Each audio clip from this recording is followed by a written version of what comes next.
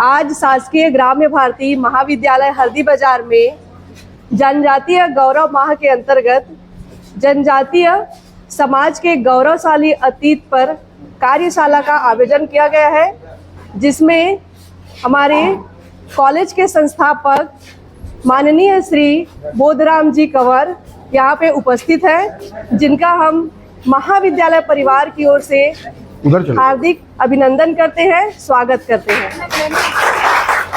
प्रतिमा पर दीप प्रज्वलन करके किया जाएगा।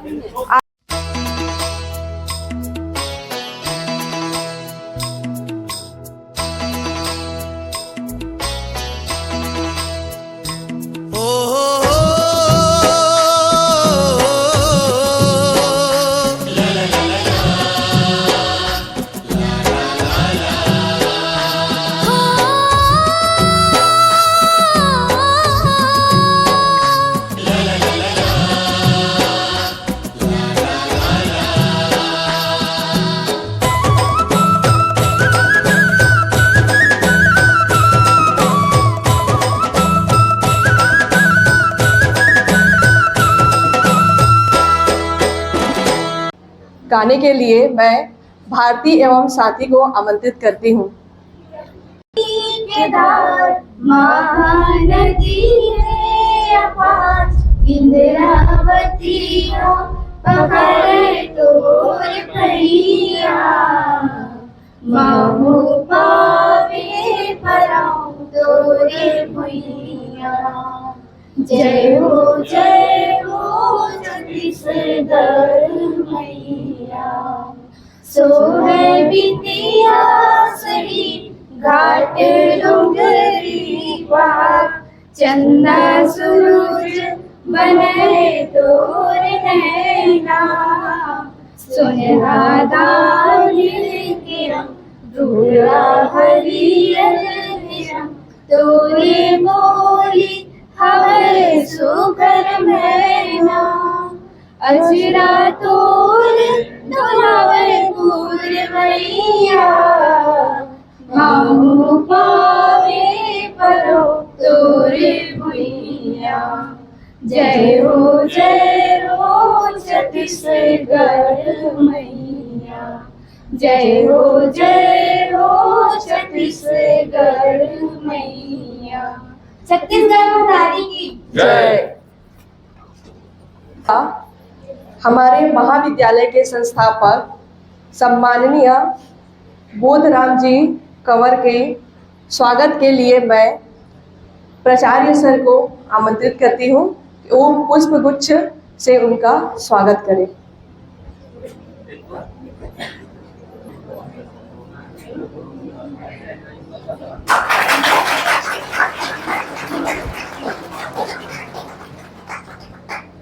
अध्यक्ष कुलवंत तिर्की सर को आमंत्रित करती हूँ और वो पुष्प गुच्छ दे करके उनका स्वागत करेंगे।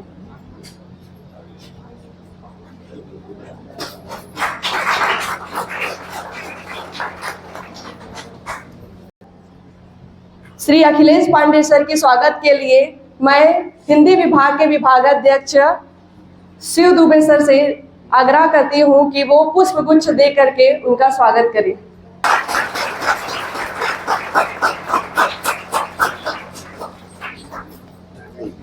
भौतिक शास्त्र के विभागाध्यक्ष डॉक्टर के दुबे के स्वागत के लिए मैं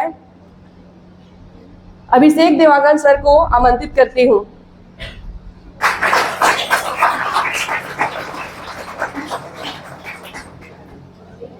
के संयोजक और हमारे रसायन शास्त्र विभाग के सहायक प्राध्यापक श्री डॉक्टर एस के मूर्ति सर के स्वागत के लिए मैं रानू मैम को आमंत्रित करती हूँ। तालियों की गड़गड़ाहट रुकनी नहीं चाहिए जब तक कि स्वागत का सिलसिला चल रहा है। सप्ताह या माह कह देंगे, ये लगातार 2 माह तक चलेगा। 15 नवंबर को भगवान बिरसा मुंडा जी की जयंती के अवसर पर विशेष कार्यक्रम आयोजित किया जाएगा और हमारे जनजातीय समूह से आए हुए हमारे तिर्की जी यहाँ उपस्थित हैं। उन्होंने अभी 3 महीने की बहुत ही कठिन एनसीसी की ट्रेनिंग की है और सर को बताते हुए खुशी हो रही है सर, आपने लगातार प्रयास किया कि महाविद्यालय में एनसीसी खुले। एनसीसी नहीं खुल पा रहा था, कारण था कि हमारे पास उस स्तर के प्राध्यापक नहीं थे और जैसे ही एनसीसी का अपॉइंटमेंट हुआ उसके बाद आपके प्रयासों से यहाँ राष्ट्रीय एनसीसी खुला और हुए अभी कामठी में 3 महीने की बहुत कठिन ट्रेनिंग करके कल ही यहाँ उपस्थित हुए हैं और चालिका महोदय स्वयं करेंगी कुछ से।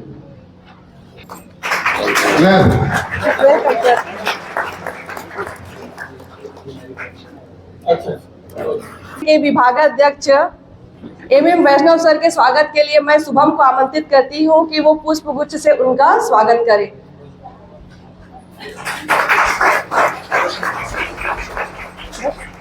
समाप्त करते हुए मैं आज इस कार्यक्रम का संक्षिप्त विवरण आप सभी के पास रखना चाहूंगी कि आज हम सभी यहाँ जनजातीय समाज के गौरव दिवस के विशेष अवसर पर एकत्रित हुए हैं, जो हमारे देश की जनजातीय समुदायों के ऐतिहासिक, सामाजिक और आध्यात्मिक योगदान का स्मरण करने के लिए आयोजित है।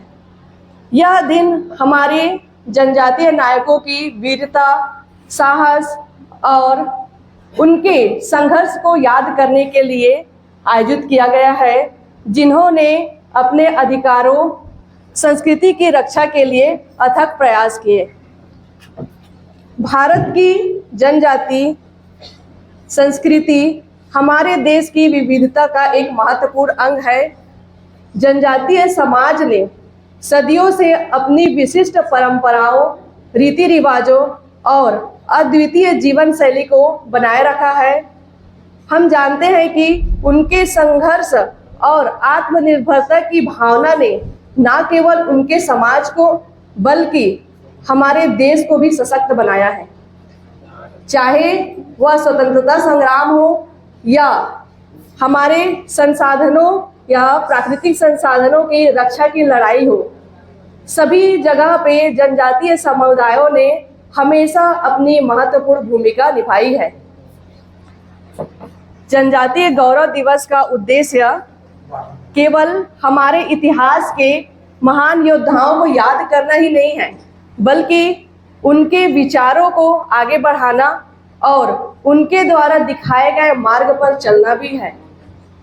आज का दिन हम विशेष रूप से भगवान बिरसा मुंडा, शहीद वीर नारायण सिंह, गुंडाधुर, अल्लूरी सीताराम और ऐसे ही हमारे जनजातीय नायकों को स्मरण करने के लिए रखा गया है।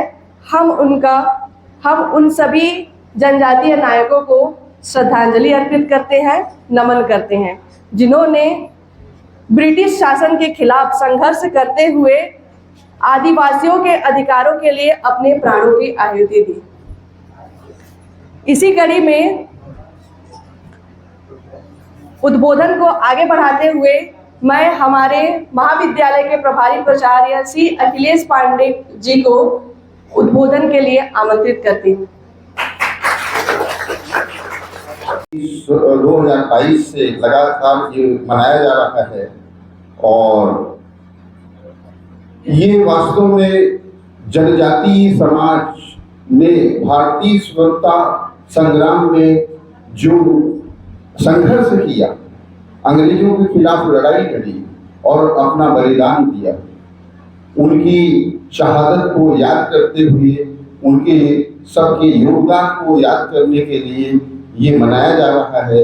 जैसा कि मैडम ने बताया कि भगवान बिरसा मुंडा की जयंती जो कि 15 नवंबर को मनाई जाती है, तब तक ये आबाद रूप से कार्यक्रम चलते रहेंगे और इसी बहाने हम जो आने वाली हमारी पीढ़ी है, जो वर्तमान पीढ़ी है, उनको हम ये याद दिलाते हैं कि हमारे इतिहास में, हमारी स्वतंत्रता संग्राम में हमारे जनजातीय समाज का किस प्रकार से योगदान रहा है। हर एक प्रदेश से जहाँ भी जनजातीय समाज था, उन्होंने अपना सर्वोच्च बलिदान दिया। रानी दुर्गावती रही, हमारे यहाँ से छत्तीसगढ़ से महान स्वतंत्रता संग्राम सेनानी रहे, सब ने अपना योगदान दिया, बलिदान दिया। सबसे बड़ी विशेषता ये रही है कि जनजातीय समाज जो हमारा रहा है, उन्होंने हरदम समूह और समाज को प्राथमिकता दी है, उन्होंने कभी व्यक्ति को प्राथमिकता नहीं दी। पहली चीज। दूसरी चीज, वे प्रकृति और खनिज संपदा से संपन्न क्षेत्रों में रहते थे। उनका प्रकृति से इतना बढ़िया समायोजन था कि उन्होंने प्रकृति को बहुत ज्यादा महत्व दिया। और आज की डेट में आप देखिए जिस प्रकार से क्लाइमेट चेंज हो रहा है, जलवायु परिवर्तन, और जिस प्रकार से ग्लोबल वार्मिंग बढ़ रही है, उस हिसाब से यदि देखें तो वन्य संरक्षण, वन्य जीवों का संरक्षण, वनस्पतियों का संरक्षण, रग की ज्वाला सा जलना है तुझको, जलना है तुझको।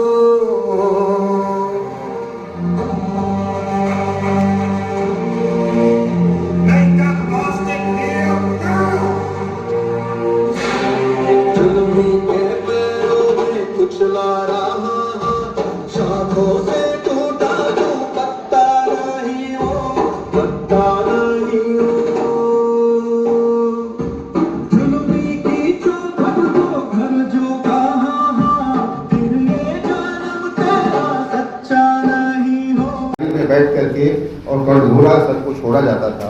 और उन्होंने प्राइमरी की शिक्षा, मिडिल की शिक्षा वहाँ से प्राप्त की।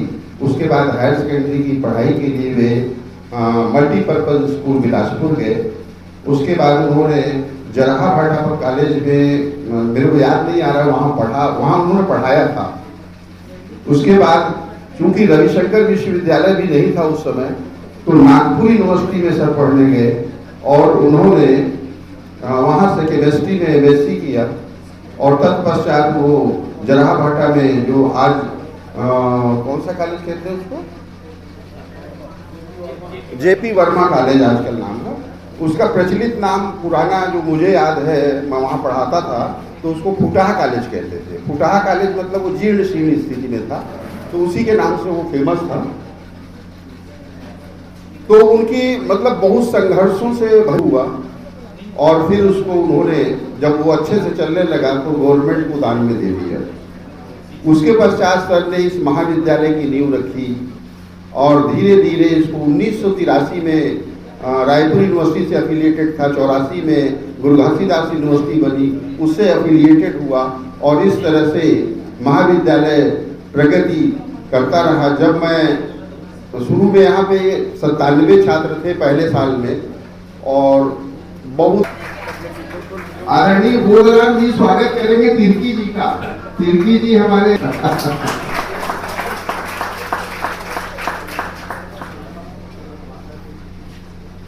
सर को तो इतने पुरस्कार मिले हैं, इतने पुरस्कार मिले हैं कि वो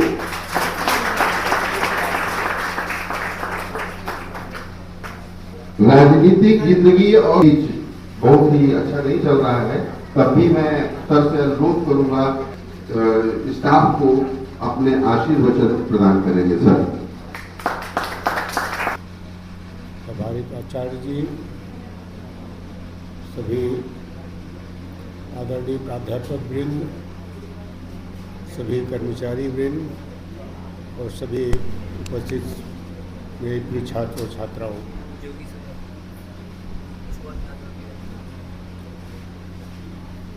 मेरे लिए ये बड़े गर्व की बात है कि आज आपने इस अवसर पर मुझे निमंत्रित कर सम्मानित किया है। वैसे भी मैं अपने को ऐसे दिवस के अवसर पर सम्मान के योग्य नहीं मानता हूँ, क्योंकि जनजाति समाज में इतने बड़े बड़े धुरंधर जो आपके पूजनीय सब सामने भी दिखाई दे रहे हैं, उनकी तुलना में हम लोग मात्र उनकी प्रेरणा से थोड़े बहुत जनजाति क्षेत्र के कल्याण के लिए हम लोगों ने प्रेरणा लेकर काम किया है और उसी प्रेरणा के स्वरूप ये आज एक निशानी के रूप में शासकीय ग्राम महाविद्यालय यहाँ पर संचालित है, जिसकी बहुत विस्तृत से जानकारी हमारे प्रभारी प्राचार्य ने दी है, उसको दोहराने की आवश्यकता नहीं है। मैं जो प्रभावित हुआ और उसको जिससे प्रेरणा मिली वो कहने के लिए तो मेरे स्वयं पिताजी है। अब आप लोग बोलेंगे कि अपने स्वयं पिताजी की बड़ाई कर रहे हैं, लेकिन बात सही है, उसमें कहने में कोई दिक्कत की बात नहीं है। मेरे पिताजी एक सुलझे हुए व्यक्ति थे। उन्होंने हर क्षेत्र में, सामाजिक क्षेत्र में, धार्मिक क्षेत्र में, आध्यात्मिक क्षेत्र में, शैक्षणिक क्षेत्र में, हर दिशा में वो कार्य करने में सदैव अग्रणी रहते थे। आप विश्वास नहीं करेंगे, स्वतंत्रता के पहले वे इतने आध्यात्मिक विचार वाले थे कि इस पूरे इलाके में, मैं सोचता हूँ आपके कोरबा जिले में कहीं भी श्रीमद् भागवत की कथा नहीं हुई। और उस समय एक आदिवासी परिवार से श्रीमद् भागवत की कथा सुनने के लिए यह आयोजन होना करते थे। एक अद्भुत बात है, सामाजिक के बड़े उच्च वर्ग के लोगों की तो बात ही नहीं। एक आदिवासी व्यक्ति अगर इस तरह की बात करता है, धार्मिक क्षेत्र में इतने बड़े बात भागवत कथा की बात करता है, या शैक्षिक दिशा में उत्थान की बात करता है, सामाजिक क्षेत्र में उत्थान की बात करता है, स्वतंत्रता के पहले, आज की बात तो मैं नहीं कहता, तो बहुत बड़ी बात। उस समय अपने बचपन में उन्होंने प्राथमिक शिक्षा बहुत ही अच्छे उच्चतम अंकों से प्राप्त की थी और तुरंत उस समय ADIS होते जो परीक्षा लेते थे, उन्होंने तुरंत उनको शिक्षक के पद की नियुक्ति दी। लेकिन मेरे पिताजी भी उस शिक्षक पद को स्वीकार न करके केवल समाज सेवा में ही काम करने के लिए सदैव तत्पर रहे। और उन्हीं के प्रयास से इस गांव में, जो गांव का जो विकास आज देख रहे हैं, उसकी शुरुआत उन्होंने ही की थी। उन्होंने यहाँ के प्राइमरी स्कूल को मिडिल स्कूल में परिवर्तित किया, जनपद के सदस्य हुए, यहाँ पर औषधालय की स्थापना की, पशु औषधालय की स्थापना की, और शिक्षा के क्षेत्र में इतना वो आगे थे और इतने रुचि लेते थे। उनके रुचि की बात कहें तो मैं बताऊँ कि हर 15 अगस्त और 26 जनवरी को पूरे गांव भर के लोगों को निमंत्रित करते थे और सबको नाश्ता पानी अपने घर में कराते थे। गांव में और स्कूल में जब टूर्नामेंट होती थी तो पूरे बच्चे लोगों को, जो प्रतिभागी बच्चे होते थे और पालकों लोगों को पूरे यहाँ से गाड़ा में बैठा करके कटघोरा तक ले जाते थे और खुद पूरे टूर्नामेंट होते तक वहीं रहते थे और इनाम पाते थे। कई बार तो उन्होंने प्रथम पुरस्कार उस समय प्राप्त किया, तो पूरे गांव में आकर के कप के साथ पूरे जुलूस निकालते थे गांव भर में। तो उनकी शिक्षा की दिशा में कितनी रुचि थी, आप अंदाजा लगा सकते हैं कि उन्होंने स्वयं अपने प्रयास से प्राथमिक शाला को उन्होंने माध्यमिक शाला में उन्नत कराया और उसी परिपाटी को लेकर के धीरे धीरे उन्हीं से प्रेरणा लेकर के हम लोगों ने शिक्षा को बढ़ाने के लिए हम यहाँ पर प्रयास किए। हमारा अपना कोई खास उसमें योगदान तो केवल उनके प्रेरणा के कारण हो पाया। मिडिल स्कूल को आगे उन्नत करने का काम हम लोगों ने किया, क्योंकि हम चाहते थे कि आदिवासी इलाके में पूरे शिक्षा का विस्तार हो, सब बालक बालिकाएं यहाँ पर शिक्षित हों, क्योंकि शिक्षा ही विकास का मूल मंत्र है। उसको मूल मंत्र मानते हुए शिक्षा के विकास के लिए इस आदिवासी अंचल में शिक्षा के विस्तार के लिए पूर्व माध्यमिक शाला को उन्नत कर हम लोगों ने हाई स्कूल में उसको प्रारंभ किया। और हाई स्कूल को प्रारंभ करने में कितनी कठिनाई हुई होगी, ये 1964 की बात है। 1964 में यहाँ हाई स्कूल की स्थापना हुई और उस समय इतने कठिन परिश्रम से हाई स्कूल भी चली होगी, इसका आप कल्पना नहीं कर सकते।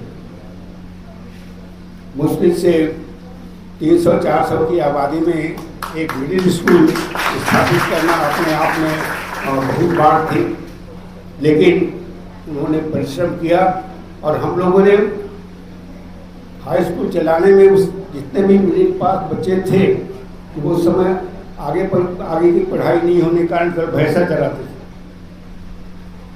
तो हम लोग उस समय बैजनाथ जी को जानते हैं, आप इस संस्था में काम कर चुके हैं, और हम दोनों पूरे गर्मी भर में ये तलाशते थे कि कौन भैंसा चला रहा है, पढ़ा लिखा हुआ लड़का, तो उसको हम लोग ढूंढ करके लाते थे और अपना हम लोग खुद हॉस्टल चलाते थे। हॉस्टल एक अपने पंचायत भवन में, उस समय का एक पंचायत भवन था, उसी में हम लोग थे और घर से चुरा करके डबल दाल लगा करते थे और उनको खिलाते थे। तो इस तरह से धीरे धीरे कुछ सहयोग मिलता गया और वो हाई स्कूल प्रारंभ हुआ। हाई स्कूल का जब निरीक्षण हुआ मान्यता के लिए, तो उस समय एक अजीब घटना घटी। अरे मैं तो कहता है ईश्वर की जो साक्षात आशीर्वाद था वो। हमारे पास एक अलमीरा था। अलमीरा में जब इंस्पेक्शन के लिए आए बोर्ड के लोग भी, तो पूछते थे कि भाई आपके यहाँ स्कूल में पत्रिका आती है कि नहीं आती है, कुछ बताओ। तो हम लोग बताते थे, तो जो पूछते थे जो पत्रिका आती थी उसको बोलते तो हम लोग उस अलमारी से निकाल के दे देते थे। इस तरह से 3-4 बार उन्होंने पूछा कि हमको ये पत्रिका दिखाओ, तो हम उस पत्रिका को दिखा देते थे। जिस बार भी बोले तो हम लोग उस पत्रिका को उनके सामने पेश करते रहते थे, तो बोलते थे ये आपके अलमारी है कि जादू का पिटारा है। तो जो होंगे तो हम कहते हैं कि ईश्वर का आशीर्वाद था उस समय का, जो मांगते थे वो हमको मिलता था। इसी तरह महाविद्यालय की स्थापना में हमको बहुत सारे अनगिनत इस पर ये घटना घटी, इनको बताना भी संभव नहीं है। बहुत सारी, क्योंकि इस गांव में, छोटे से गांव में 1000 मुश्किल से आबादी वाले गांव में कॉलेज चलाना कोई आसान काम नहीं था। ये तो साक्षात ईश्वर का आशीर्वाद था कि यहाँ पर वो चला। और केवल हम एक पढ़ लेकर के चले थे कि हम जैसी जिस कठिनाई में हम पढ़ करके उत्सुक था हमने प्राप्त की है, उस कठिनाई को आगे आने वाली पीढ़ी को न झेलना पड़े, इसी उद्देश्य से ही इस महाविद्यालय की उस समय स्थापना की। और आज मुझे खुशी है यहाँ बहुत सारी बालक बालिकाएं आदिवासी और जनजाति वर्ग के अनुसूचित अपने क्षेत्र में जहाँ रहते थे वहाँ चेचक का बीमारी हुआ था, महामारी हुआ था, जिसमें उन्होंने गांव में जा जाकर लोगों को समझाया कि नहीं, आप लोग स्वच्छता बनाएं और इसको दूर करें। तो स्वतः ही वो दूर हुआ और ये चीज खत्म हुआ। और साथ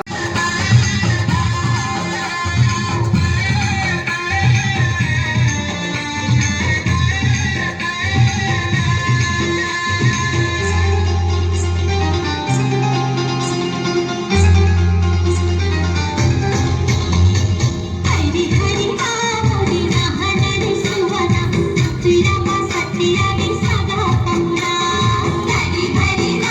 रे नाहना रे सुवना तेरा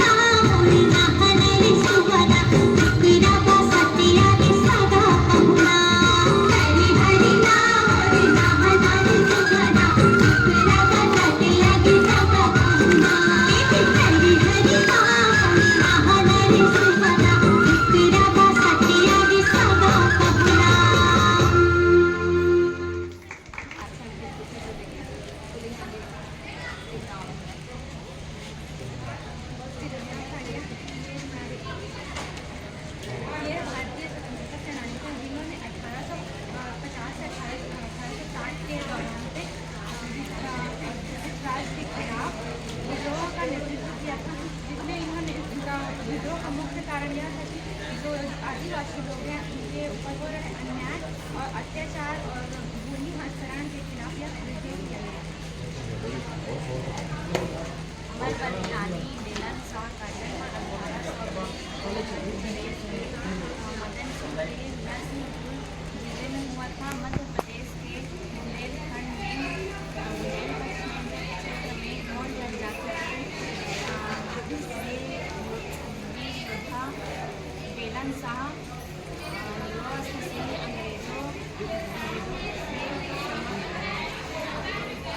अंग्रेजों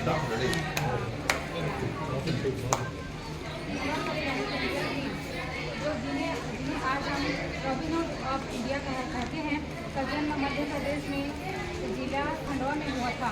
ये भील जनजाति के थे तथा इन्होंने स्वतंत्रता संग्राम के पश्चात जो अंग्रेजों के खिलाफ विद्रोह किया था, जिसके दौरान इन्होंने अंग्रेजों से जो गरीबों के द्वारा धन लूटा गया था उससे वापस छीन कर गरीबों में बांटा गया तथा उनका भरण पोषण किया गया, जिस कारण इन्हें दंडिया मामा भी कहा जाता है।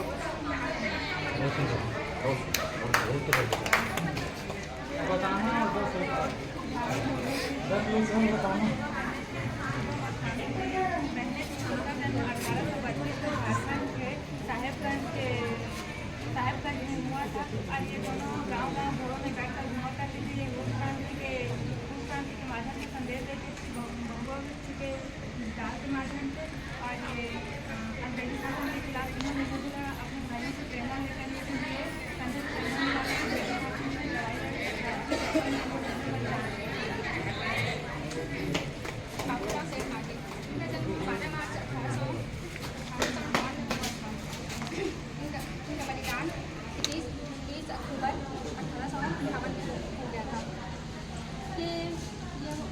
वो वीर हैं जिन्होंने हमारे भारत देश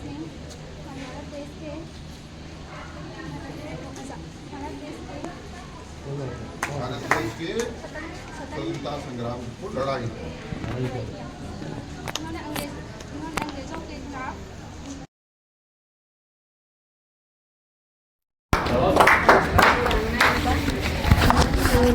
इसके पकड़ के पास करते जाना, ठीक है, पकड़े रहो, लेकिन पास करते जाना बोलिए। वीरांगना लिपा, इनका जन्म अंडमान निकोबार में हुआ था। इन्हें मतलब वीरांगना लिपा को अंडमान के लोग अंडमान के पन्ना कहते थे। इन्होंने अपने